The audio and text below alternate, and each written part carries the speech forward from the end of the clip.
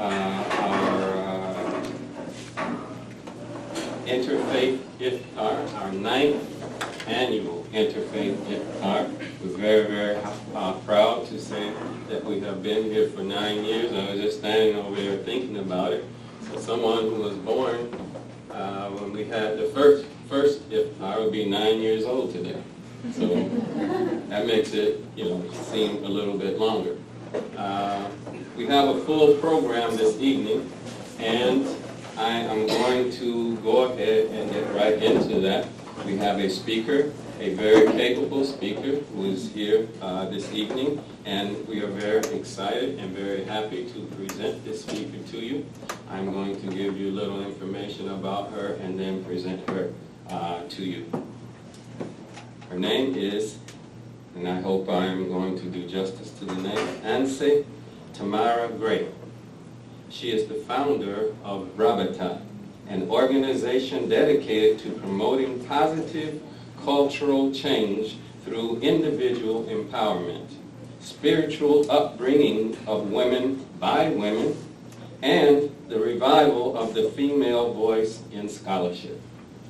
Anse Tamara lived in Syria for over 20 years, studying sacred knowledge.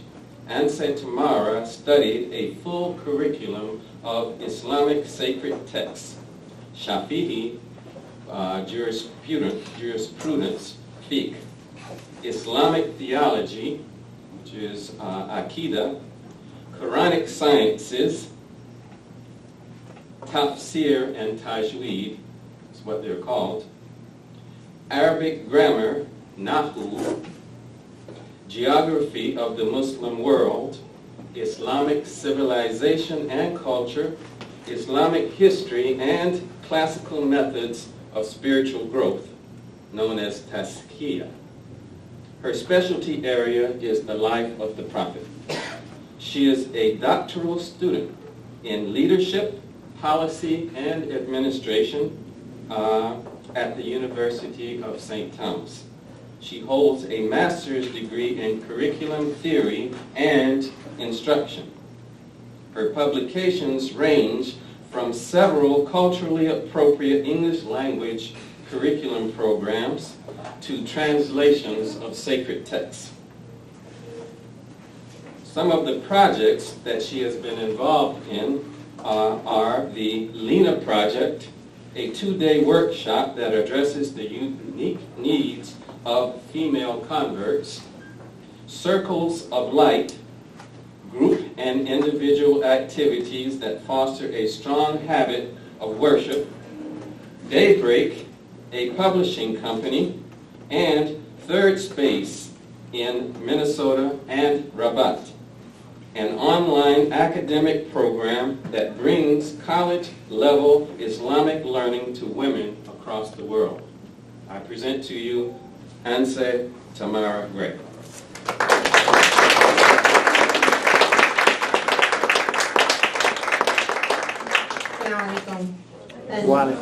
See, my name is Tamra. It rhymes with camera. But that's right, because everybody says it in many different ways. And the reason that I was introduced as Anse is because in all my years living in Syria, the colloquial term for pastor, you could say, or a spiritual teacher, or even just a math teacher, is Anse. And when I came here 3 years ago, some of my students asked me, well, now you're here, let's call you Sheikha, all these other words, Sheikha, Ustaza. And I was very nostalgic, and I was very upset that I was here, and I had to leave this country that I lived in for 20 years.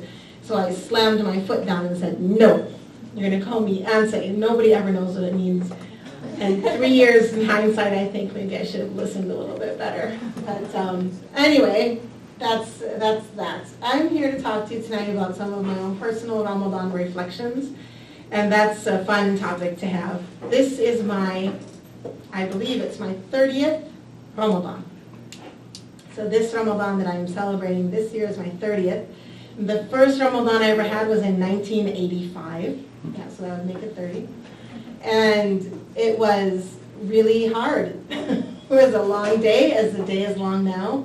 When Ramadan went off to January, I thought, gee, I should have started in January. It was so easy. I remember I was living with Malaysian women, and they were a blessing to live with in many, many ways. But one of the women in the house, I was stressing a little bit about Ramadan coming, and am I going to be able to do it? And it's a long day, and it's finals. I was a university student. I was at McAllister. It was finals of my first year, and she said, "It's going to be fine. All of the blood in your body will be in your brain instead of your stomach." So I was fine. It was fine, and it's been fine ever since. And my reflection on Ramadan today, with hindsight of age and many years living overseas and in the United States, is the really beautiful spiritual attack on the culture of consumption that Ramadan gives to me personally. In that all year long, I mean, when I moved back from Syria 3 years ago, I went to the grocery store, and the first time I went, I was really excited.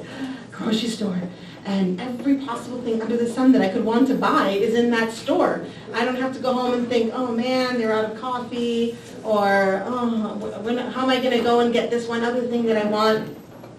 And I was so excited, and by the time I had been there for 15 minutes, I was, to be honest, overwhelmed. I almost couldn't take it, and I don't shop in grocery stores. I have gone probably in 3 years 4 times. Maybe I'm exaggerating, maybe it's 6. But I avoid it as much as possible. I go to the little specialty stores. Whole Foods I can handle, Trader Joe's I can handle, but these big Cub and Rainbow and places like that are really overwhelming to me because of the amount of stuff, especially the amount of food stuffs that a person can actually buy and take home and put in their cupboard and eat. So Ramadan, this lack of eating, and yes, drinking water, my mother still struggles with that one. I call my mother the dehydration police of the Gray family. And when Ramadan comes, she is more stressed than I am about my well-being because she's convinced that I don't have enough water in my system. And it's a really interesting thing because as a believer approaches Ramadan, we approach it as an act of worship. For Muslims, we have sacred time and sacred space and sacred action. So Ramadan brings together 2 of those. The sacred time of Ramadan, because I can't do this fast in December, which would be a lot easier. The Nation of Islam, when it first began many years ago, one of the things Elijah Muhammad did, for him, he said he was helping the followers in the Nation of Islam fast Ramadan, is he actually took Ramadan and said, you know what, we're going to do it in December, and that way we can celebrate Eid with Christmas. And later on that got changed, Ramadan was with Ramadan. But I actually can't do that. I can't decide to fast in Ramadan because there's sacred time.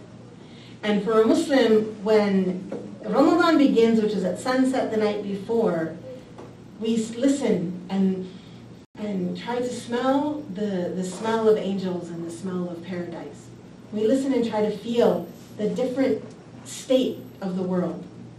There is a settling and a pause where we say, yeah, it's here. It's different. This is a different time now. And our fasting is in response to the sacred time.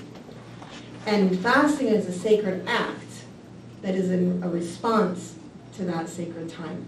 And so it is a sacred act to stop eating and stop drinking. And for me, that experience is not about the not eating and the not drinking. It's about finding deeper understandings about myself and finding out what I can do. How many hours can I stay awake in a day? A lot more than I thought. Last month, you heard in my very much too long introduction that I'm getting my doctorate at University of St. Thomas right now. And this is a challenge for me at this age. Well, I love it, so I don't want to pretend it's too much of a challenge. I love it. I eat it like candy. I love it. But my favorite thing to do is to sit down in front of the computer with a cup of coffee, and then another, and then another, and then another, and then another, and do all this work I'm supposed to do. Just imagining Ramadan and sitting in front of the computer without the coffee even after 30 years, is still a little bit daunting. But then when Ramadan comes, and I'm in the sacred place, the sacred time, and in the sacred act of fasting, and ask any Muslim, all of a sudden what felt daunting is not only possible, but easy. Dealing with little children, babies at one point in my life, not anymore, dealing with babies, dealing with going to work in the morning and coming back. I'm not saying that, oh, it feels the same as having coffee and a turkey dinner on that day. No, but in the deprivation of the body, there is an awakening of the soul.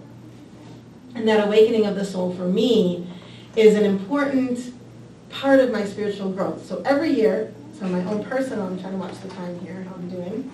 In my own personal Ramadan story and history, I have, one of the things I tried to do many, many years ago is let me see if I can finish reading the whole Quran in 1 month. This is something that Muslims like to do, sit down and read it from the beginning to the end. Now, of course, I didn't know Arabic many, many years ago, and I didn't know how to read the letters, so that by itself was a big deal. And I remember the first time I did it, I felt like I was probably the smartest person that ever walked on the face of the earth, that I could do this thing. And then I moved to Syria, and I started working in a school there where I worked in a number of different places there, but one of the schools was a religious school. So the teachers were religious, they cared about their faith, they cared about their worship. Ramadan came along and I thought, yay, now I'm going to read my Quran one time again, like usual, and feel really good about myself in this month. I was the boss in this school, and 2 or 3 days into the month, some of the teachers started, I could see them talking to each other and sort of clapping each other in the back and yay, good job, and what's going on? Well, the teachers, after 3 or 4 days, had already finished the whole Quran once. And I was like, what? And by the end of the month, they finished, some of them had finished it 10 times, 11 times, incredible numbers of times. So it's a month of what people around the world, Muslims around the world, pushing themselves, and in my own personal experience, pushing myself to see how much can I do.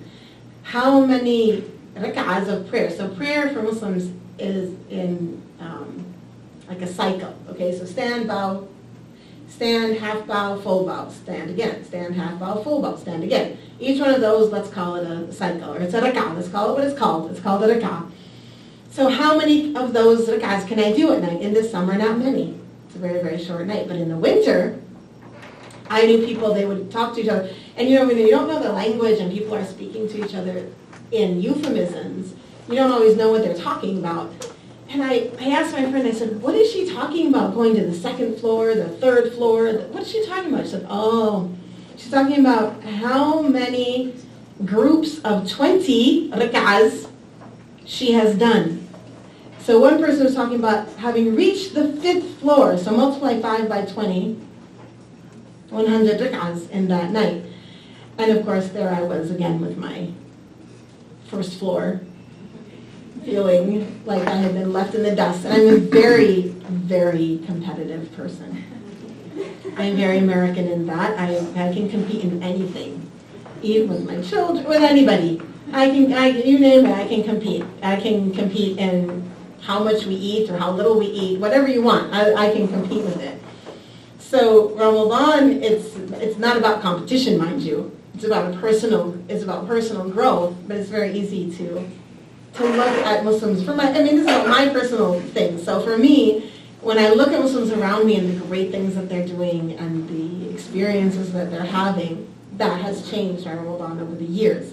It's made me look at Ramadan as, finally it's here.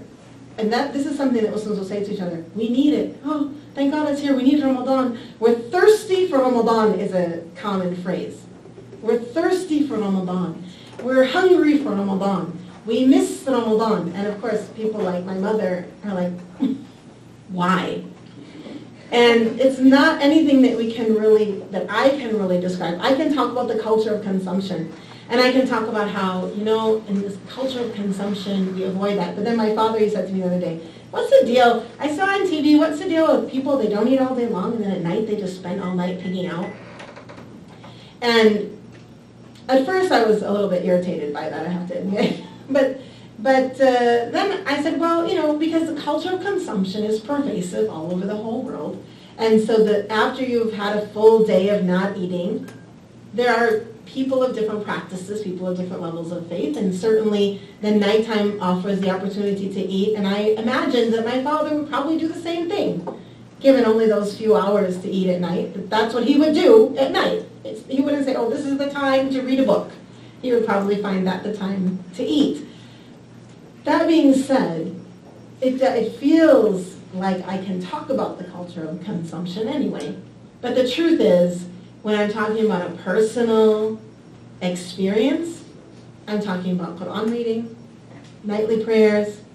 I'm talking about an experience of closeness to God.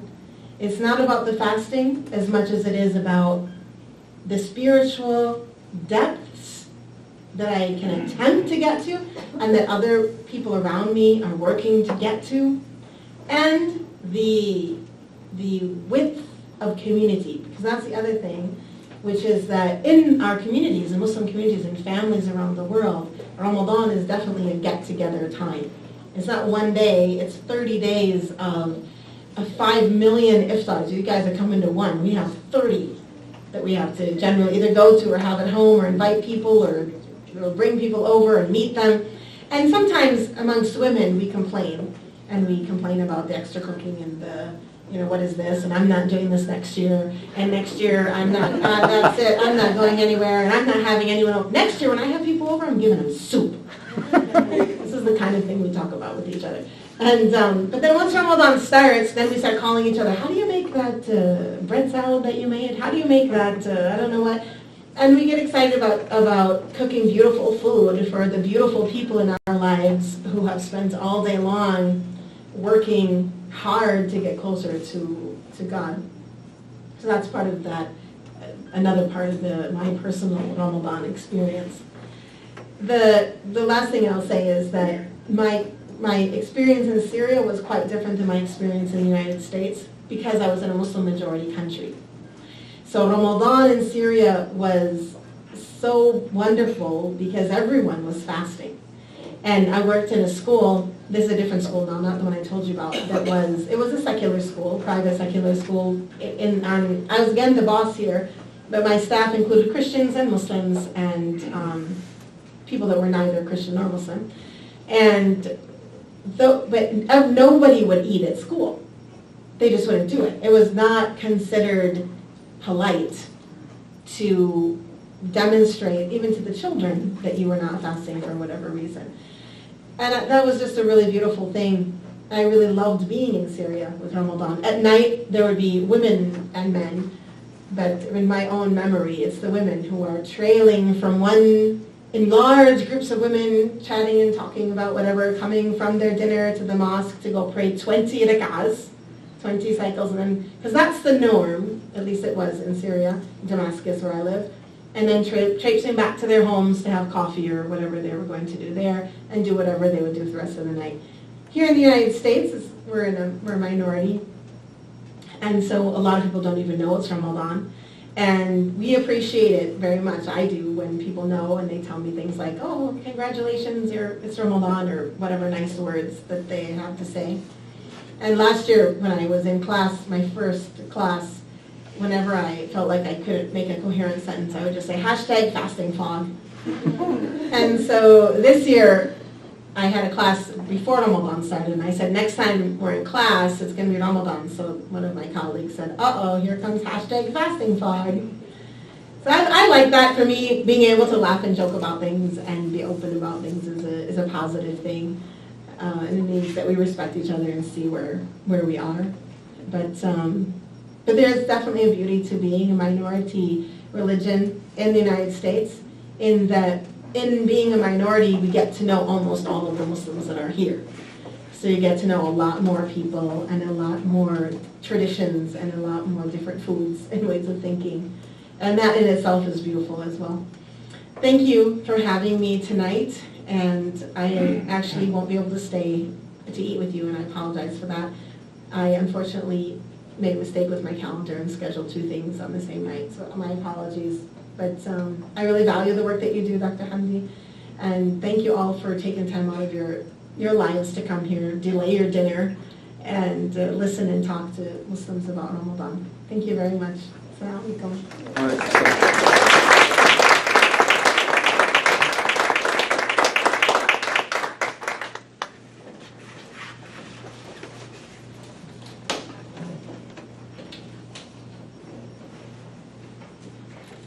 We would like to thank the sister for her great words about Ramadan, reflecting on Ramadan, a time that we cannot take, no one should take for granted, because it is so important to us, and we just love it. We love when Ramadan comes.